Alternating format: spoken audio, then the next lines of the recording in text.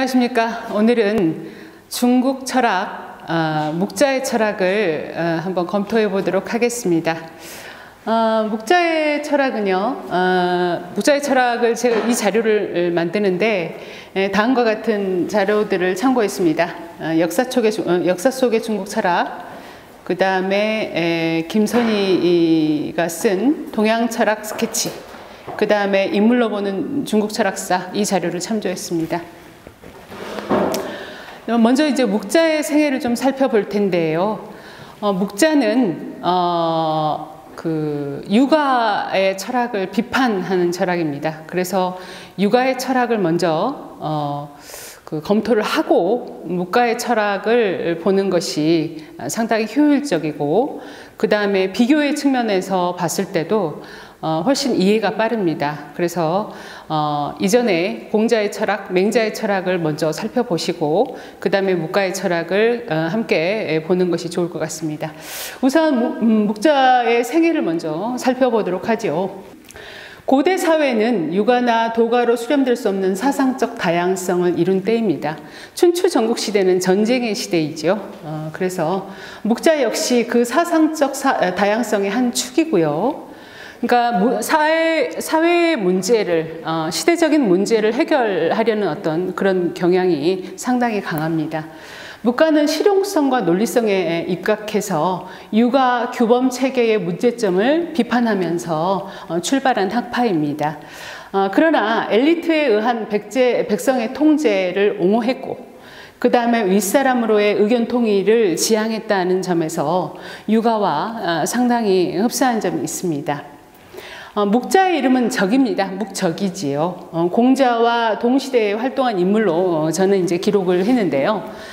사실 다른 책에 보면 공자보다 후대 사람으로 나와 있습니다. 그래서 사실 출생 연도가 그렇게 선명하지 않습니다. 묵자의 사상은 상당 부분 유가에 대한 비판으로 이루어져 있고요. 묵자는 스스로 거자, 이 거자가 클 것자입니다. 그래서 거자라고 칭하며 자신과 뜻을 같이 하는 사람들을 이끌었습니다. 이 공동체를 묵가라고 하지요. 그러니까 묵자를 중심으로 한 학파, 이것이 바로 묵가입니다. 그래서 묵가는 이렇게 이 시대, 대략 이 시대에 성립된 학파입니다. 다른 학파의 사상가들이 몰락한 귀족의 후예이거나 지적 교양을 쌓은 학자들이었다면요. 그리고 왕을 보필하는 정치가 집단이었다면 묵가 집단의 출신 성분은 대부분 기술자, 그리고 노동자, 상인 등의 하층 계급이었습니다. 하층민의 입장에서 유가 귀족주의를 비판한 것이죠.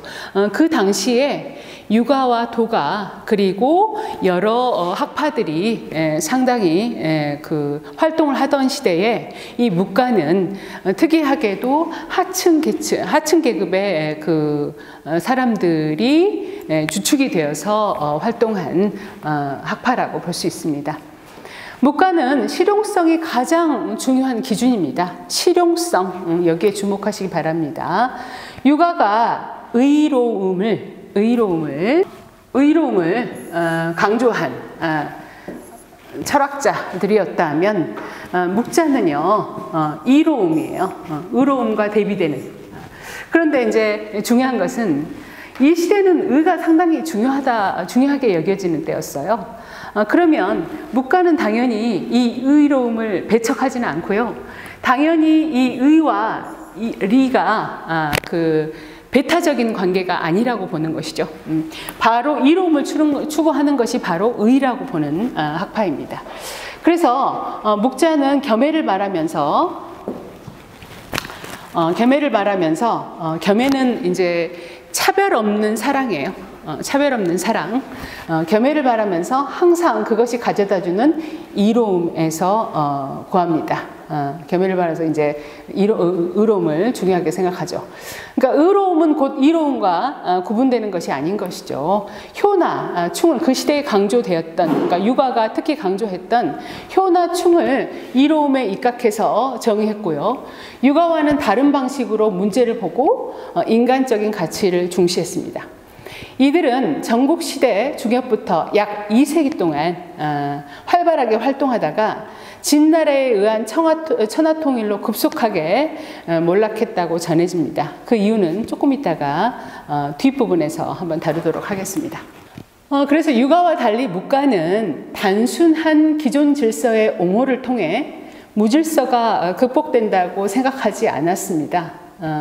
그래서 이제 묵가는 굉장히 관습적인 것이 성행했던 때 아닙니까? 그리고 그것을 지키려고 노력했던 때입니다.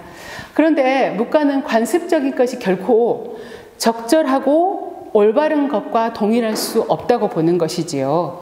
그러니까 쭉 내려왔던 어떤 관습이 그것이 반드시 옳은 것이냐라고 반성적인 사고를 한 학파가 바로 묵가입니다. 그들이 보기에 무질서는 어떠한 규범도 없는 상태에서 오는 것이 아니라 오히려 다양한 규범의 난립에서 오는 것이라고 보는 것이죠. 자, 이 다양한 규범을 제시했던 학파가 바로 유가입니다. 그래서 이제 뭐 충 이런 것들이 강조되던 시대 아닙니까? 이런 것들이 강조되던 시대에 그런 어떤 다양한 규범이 오히려 사회를 혼란스럽게 만드는 계기라고 보는 것이죠. 따라서 묵가는 무엇이 관습인가? 무엇이 우리에게 계속 이어져 내려왔던 꼭 지켜야 할 그런 규범인가를 묻지 않고요. 관습이 어떻게 정당화될 수 있냐? 그것이 반드시 옳은 것이냐? 이거를 반성했던, 되물었던 철학이라고 볼 수 있습니다. 그들이 강조하는 바람직한 규범 체계는요, 외재적이고 객관적인 어떤 기준이 필요하다고 보는 것이죠. 맹자는요, 그래서 이제 맹자는 유가의 철학자입니다. 묵가는 유가의 철학을 비판하고 나섰던 철학 아닙니까? 그래서 맹자는 이렇게 묵가의 겸해서를 비판합니다. 맹자는 묵자의 겸해가 차별 없는 그 어떤 사랑을 묵자가 주장하는데요. 잠깐 이야기를 하자면요, 이런 것입니다. 조금 이따 잠깐 다룰 건데, 유가는 이게 이제 중심이 나이죠. 그러니까 수직적 관계, 수평적 관계, 나의 윗사람, 내 아랫사람, 그리고 내 동료, 형제, 자매 이런 것들이죠. 이런 관계에서 나로부터, 내 가까운 사람들로부터 사랑을 시작해서 확장시켜 나가는 것이 바로 유가의 목적입니다. 그런데 묵가는 이것이 오히려 차별적인 사랑으로 보는 것이죠. 그래서 이제 차별 없는 사랑을 주장했는데, 차별 없는 사랑이 바로 겸해입니다. 겸해가 사회적 사랑의 실천이 아니라 맹자는 이렇게 보는 거죠. 맹자는 유가 철학자입니다. 그래서 맹자는 그 차별적인, 그러니까 그 가까운 사람부터 사랑하는 것을 원칙으로 보는 유가 철학자인데요. 당연히 묵자의 겸해설이 불편하겠죠. 그래서 묵자의 겸해가 사회적 사랑의 실천이 아니라 폐륜의 시작이라고 비판합니다. 왜냐하면 내 부모와 남의 부모를 구분하지 않기 때문에, 그래서 오히려 폐륜의 시작이라고 비판하고요. 내 부모, 남의 부모 없이 모두 사랑해야 한다면 오히려 가장 기본적인 인간관계인 부모 자식 간의 관계마저도 약화될 가능성이 있다고 보는 것이죠. 맹자는 그래서 다음과 같이 비판합니다. 목적은 평등하게 사랑할 것을 주장한다. 묵자의 주장이죠. 이것은 아버지가 없는 것과 마찬가지다. 아버지가 없고 임금이 없다면 짐승이나 다를 바 없다. 이런 논법을 잘 씁니다. 짐승이나 다를 바 없다. 네. 그래서 이러한 유가의 비판이 상당히 이제 아주 신랄했던 때죠. 그러면 우리는 이렇게 반성해 볼 수 있죠. 유학이 주류가 됐다고 해서 묵자의 사상적 가치가 유학에 비해 떨어진다고 볼 수 있는가? 우리는 이런 반성적인 질문을 내려볼 수 있어요. 그러면 여러분들은 이제 생각을 하셔야 됩니다. 이 지점에서 공자의 사상과 맹자의 사랑, 그러니까 공자가 이야기했던, 유가가 이야기했던 사랑과 묵가가 이야기했던 사랑이 과연 어떤 것이 더 현실적이냐 이런 거를 좀 고민해 볼 필요가 있겠죠. 목자는 일단 목자의 어떤 주장과 문제의식을 한번 검토해 보기로 하죠. 목자는 사회의 문제를 다음과 같이 지적합니다. 백성들에게는 세 가지 걱정거리가 있다. 굶주린 자가 먹지 못하고, 추운 자가 입지 못하고, 피곤한 자가 쉬지 못하는 것이다. 그래서 목자는 군주가 힘써야 할 세 가지 의무로 국가를 부강하게 하는 것. 그때는 전쟁의 시대 아닙니까? 전쟁의 시대는 먹고 사는 문제가 가장 큰 문제이고 괴로운 문제죠. 그리고 백성의 수를 늘리는 것, 그 다음에 올바른 형벌로 백성을 다스리는 것이라고 강조합니다. 한마디로 국가의 기강을 바로잡고 백성들의 생존권을 보장하며 올바른 방법으로 국가의 부강을 얻는 것이다. 목자는 사회적 혼란과 원인과 해결책을 모두 국가의 관점에서 찾고 있습니다. 그가 원하는 것은 군주의 각성으로부터 사회 전체로 파급되는 위로부터의 개혁이었습니다. 이 점은 육아와 상당히 흡사하죠.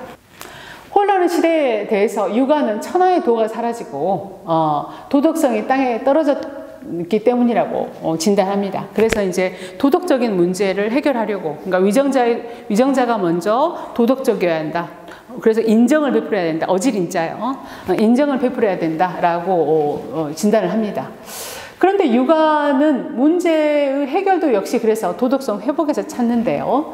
저기 제목을 먼저 한번 보십시오. 목가는 그에 대해서 그 어떤 사회의 문제를 해결하기 위해서 도덕성을 먼저 중요하게 생각을 하기도 했지만 그 구체적인 안으로 겸해서를 주장을 한 것입니다. 그러나 목자는 다른 각도에서 사회 문제를 진단합니다. 사회의 혼란의 원인은 함께 이익을 나누려 하지 않고 자신의 이익만을 추구했기 때문이라고 보는 거죠. 그러면 목자는 그래서 다른 사람의 어떤 이익도 내 이익처럼 그렇게 생각할 수 있어야 한다고 보는 것이죠. 목자는 타인에 대해서 차별 없는 보편적인 사랑이에요. 그러니까 내 부모, 남의 부모를 남의 부모에 차등을 두지 않는 차별 없는 사랑. 그래서 겸해서를 주장합니다. 목가가 주장하는 겸해는요, 보편적인 사랑으로서 자신의 가족과 다른 사람의 가족에 차별을 두지 않는 비차별적인 사랑입니다. 자, 그러면 아까 잠깐 우리가 했던 거를 다시 한번 생각해 보죠. 자, 육아는 나를 중심으로 해서 내 가까이 있는 사람부터 먼저 사랑해서 이거를 확장해 나가야 한다고 봅니다. 자, 여러분들은 이게 지금 육아의 어떤 이 사랑의 방법이 유효성이 있는지, 묵가의 겸해설이 유효성이 있는지 한번 고민해 보시기 바랍니다. 자, 그래서 육아는 가까운 사람보다 물론 이 멀리 있는 사람을 먼저 사랑하라고 하지 않는 거죠. 그래서 어떻게 보면 차별적인 사랑으로 보입니다. 그러나 현실적으로 한번 이렇게 되물어볼 수 있겠죠. 내 부모를 오늘 내 부모에게 화 엄청 내고 그리고 함부로 대하고, 내 부모를 함부로 대하고, 내 형제를 함부로 대하고 하는 사람이 밖에 나가서 남의 부모나 내 친구들을 존중할 수 있겠는지, 사랑할 수 있겠는지, 이렇게 반성적으로 생각해 볼 수 있지 않겠습니까? 그런데 목자는 이것이 오히려 차별적인 사랑이라고 보는 거예요. 그래서 보편적인 사랑, 남의 부모도 내 부모처럼 차별해서는 안 된다라고 보는 거죠. 근데 그것이 현실적으로 가능한 것인지 여러분들 한번 생각해 보시기 바랍니다. 목자는 모든 사람이 차별 없는 보편적인 사랑을 실천하면 불필요한 전쟁이나 혼란을 막을 수 있다고 보는 거죠. 자, 이것은 상당히 유효하죠. 차별 없는 사랑을 하면 당연히 싸움은 없겠죠. 혼란은 종식되겠죠. 그러나 그것이 현실적으로 실현될 수 있는 것인지는 다른 문제입니다. 그래서 목자는 다음과 같이 말합니다.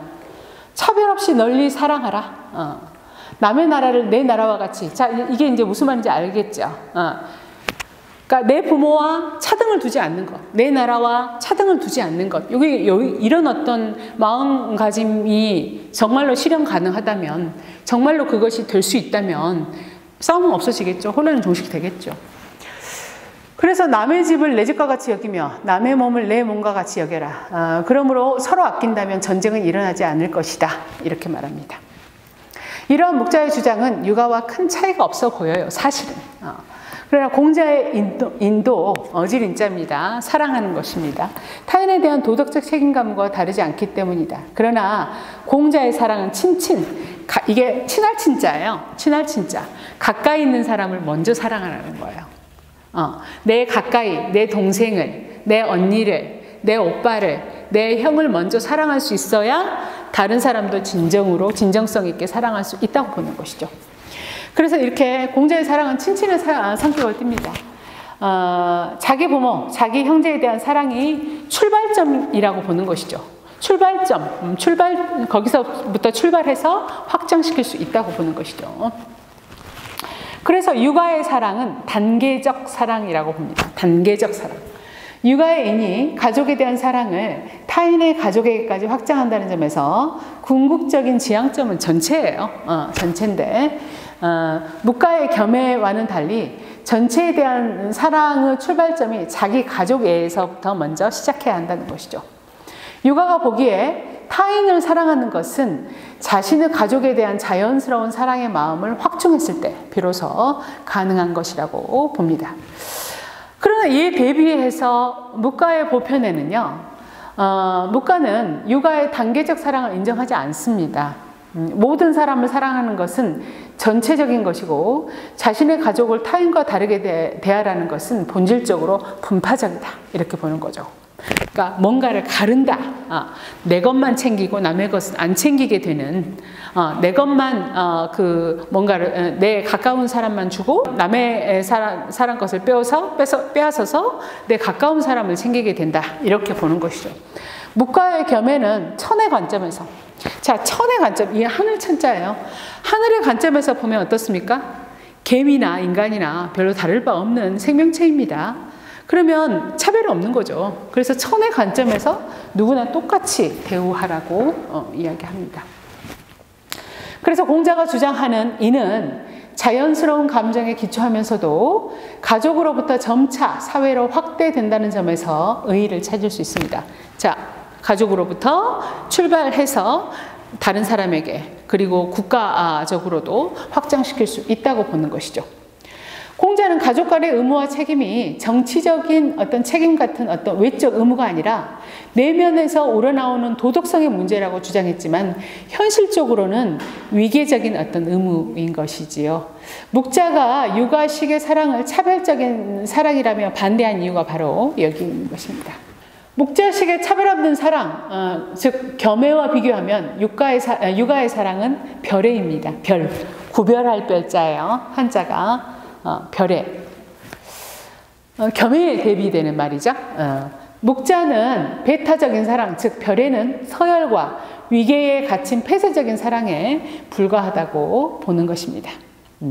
묵자는 사람들이 니것 내것 구별 없이 서로 사랑해야 사회적 혼란이 가라앉을 것이라고 말합니다. 일리는 있어요. 현실성이 얼마나 현실적인지는 다른 문제이고요. 묵자는 혈연관계에 묶이지 않는 넓은 범위로 사회적 책임을 확대해야 사회적 혼란이 종식될 수 있다고 보는 것이죠.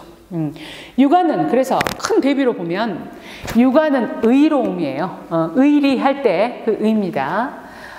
묵가는 겸해, 이로움을 추구하는 것이죠.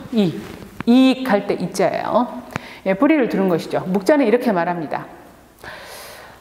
반드시 내가 먼저 남의 어버이를 사랑하고 이롭게 해주는 일에 종사한다면 뒤에 남도 나의 어버이를 사랑하고 이롭게 해줌으로써 보답할 것이다. 이렇게 말해요. 상당히 낙관적이죠. 내가 먼저 차별 없이 남의 부모를 내 부모 대하듯이 그렇게 사랑을 베풀면 그 부모도 또는 그 자식도 나에게 그렇게 사랑을 똑같이 베풀 것이다. 이렇게 낙관하죠. 그다음에 묵자 사상에서 두 번째 중요한 것이 비공입니다. 한자를 보십시오. 공격할 공자입니다. 공격할 공자, 공격하지 않는 것. 침략 전쟁을 반대하는 것이죠.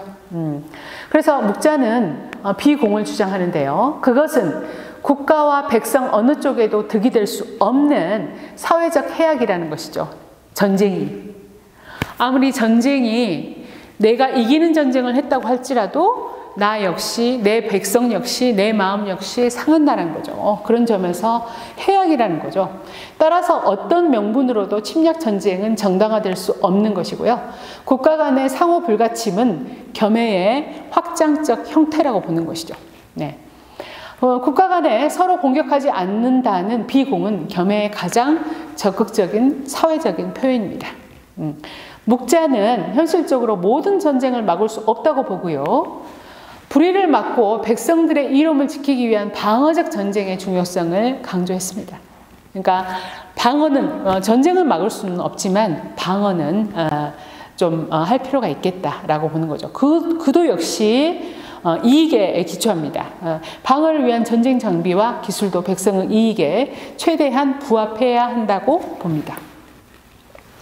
묵자는 그래서 이제 세 번째로요, 비공, 그러니까 첫 번째로 겸해를 주장했고요, 비차별적인 사랑. 그 다음에 두 번째로 비공, 침략 전쟁을 반대했고, 세 번째는 절용입니다. 절약할 때 그 절자입니다. 묵자는 백성들의 이익에 보탬이 되는 정치를 하라고 강조를 합니다. 그 1차적인 방법은 사치를 금하고 비용을 절약하는 것을 주장하는 거죠.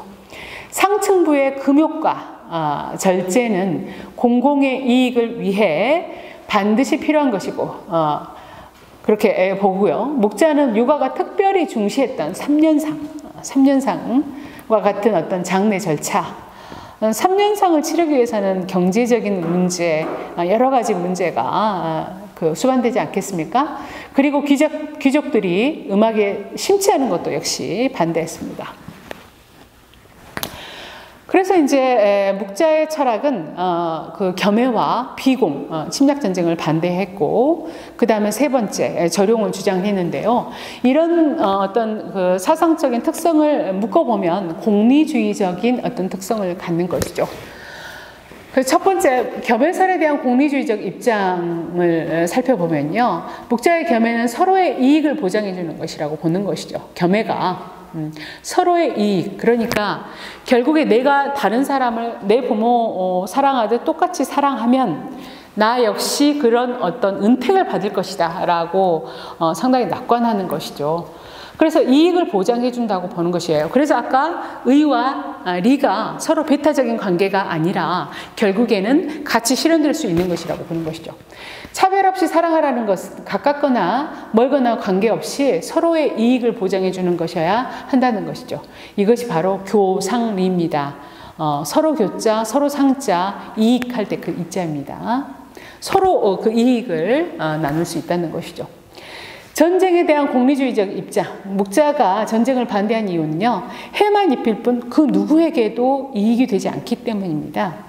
진정한 의로움은 명분이 아니라 서로에게 이익을 주는 것이기 때문이죠. 이러한 묵자 사상의 공리주의적인 성격은 전쟁 자체를 반대한 도가나, 그리고 의로운 전쟁을 승인했던 유가와는 다른 차원인 것이죠. 묵자는 사회에 정치가 반드시 필요하고 정치를 실행할 권력자가 반드시 필요하다는 국가주의적 관점을 벗어나지 않습니다. 차별 없는 사랑을 강조하는 묵자의 정치 사상이 실제적으로는 불평등한 권위의 세계로 연결되는 지점이지요. 신분과 계급이 유지되는 한 근본적인 평등은 이루어질 수 없기 때문입니다. 다만 신분 질서를 뛰어넘지 못했던 공자와 달리 묵자는 신분의 귀천에 관계없이 능력만 있으면 등용해야 한다고 주장한 것이죠. 이러한 묵자의 담론에는 차별 없는 보편적인 사랑, 겸해를 주장했잖아요. 그런 주장을 하면서도 동시에 사회적인 유계와 서해를 강조하는 어떤 이중적인 담론이 존재하는 것이죠. 이는 묵자의 사유가 고대의 사유로부터 자유롭지 못함을 반증하는 것입니다. 자, 그런 어떤 묵자의 사상에도 묵자의 사상에 상당히 실용적이고 논리적인 어떤 측면이 있음에도 불구하고 묵자의 사상은 초월적인 담론이 여전히 존재합니다. 묵자는 하늘을 일종의 종교적 근원으로 보고요. 만물을 낳아 기르는 이 세계의 근원이며 주재자로 인정하고 있습니다. 그래서 이제 자연적인 질서와 인간적인 질서의 뿌리라고 보고요. 하늘은 우주와 인간 사회 전체를 관장하는 강한 권위를 가진 근원적인 권위자로 봅니다. 그래서 하늘은 해와 달, 별, 산천초목 등 자연계의 근거이면서 정치와 사회 제도를 형성하는 등 인간이 살아가는 모든 조건을 갖춰놓은 신적인 존재로 보는 것이죠. 그래서 이 하늘은요, 인격적 주재자로서 인간 사회의 기준으로 인식되기도 하고요. 올바름의 근거, 그 다음에 상과 벌을 내리는 심판자, 이렇게 어떤 기준점으로 보는 것입니다. 근거로 보는 것이죠. 그래서 하늘은 차별 없이 백성을 사랑하기에 하늘의 뜻, 천지입니다. 뜻지자예요. 하늘의 뜻은 곧 백성의 뜻이라고 보는 것이죠. 백성을 죽음으로 몰아넣는 전쟁은 하늘의 뜻을 거스르는 일이라고 봅니다. 그래서 묵자는 위로는 하늘, 가운데로는 귀신, 아래로는 백성들의 이익에 부합하는 것이 가장 훌륭한 것이라고 봅니다. 묵자는 정치와 국가에 대해 하늘의 뜻을 잘 살피고 그에 따라 통치하는 군주가 필요하다고 봅니다. 그의 통치자는 하늘의 뜻을 수행하는 대리인이며, 그러니까 그 군주는 하늘의 권능을 이어받은 자인 것이죠. 그것은 이제 뒤에 한대 그리고 송대 철학까지 상당한 영향력을 갖습니다. 백성들은 통치자의 권력에 복종해야 한다라고 보는 것이죠. 이렇듯 묵자는 보편적인 존재, 하늘로부터 만물의 가치와 의의를 끌어냅니다. 묵가는 가장 보편적인 권위자, 그래서 천을 상정함으로써 가족과 친지를 우선시하는 육아식의 어떤 사사로운 도덕성이 극복될 수 있다고 보는 것이죠. 그리고 천의 힘을 위임받아서 실제 통치하는 일을 천재라고 봅니다. 사실 이제 이렇게 천을 설정한 것은요, 이것도 역시 실용적인 어떤 측면에서 가정한 것입니다. 천과 귀신을 믿지 않을 때보다 믿었을 때 백성들을 통제하기가 훨씬 더 유용하다고 보는 것이죠. 천은 통제를 위한 실용적인 장치이고요. 천의 존재를 믿지 않는 것보다는 천의 존재를 믿는 것이 사람들에게 여러 가지로 이익을 가져온다고 보는 것이죠. 상당히 실용적이죠. 자, 이제 마지막으로 묵가 철학의 의의를 살펴보도록 하겠습니다. 당시 묵가의 위상은 육아와 나란히 지배적 학문으로 병칭되고요. 직관보다는 손익계산, 실용성을 따졌잖아요. 그래서 손익계산의 방법을 선호함으로써 중국적 실용주의와 과학주의의 시각을 열었습니다. 묵자 철학은 전국시대에 더불어 몰락했습니다. 육아가 사회의 중심 이론으로 떠올랐기 때문이죠. 당연히 육아를 비판하는 묵가의 철학은 배척될 수밖에 없는 것이죠. 묵가의 지지 기반이 강대국이 아니라 약소국의 그 어떤 군주였기 때문에 그렇기도 하고요. 그럼에도 불구하고 묵가의 철학은 춘추 전국 시대에 나타난 사상의 다양성과 그리고 공존, 평화를 열망하는 하층민의 자각을 보여준다는 점에서 큰 의의를 갖습니다. 자, 오늘 묵가의 철학을 살펴봤는데요. 여기까지 마치겠습니다. 수고 많으셨습니다.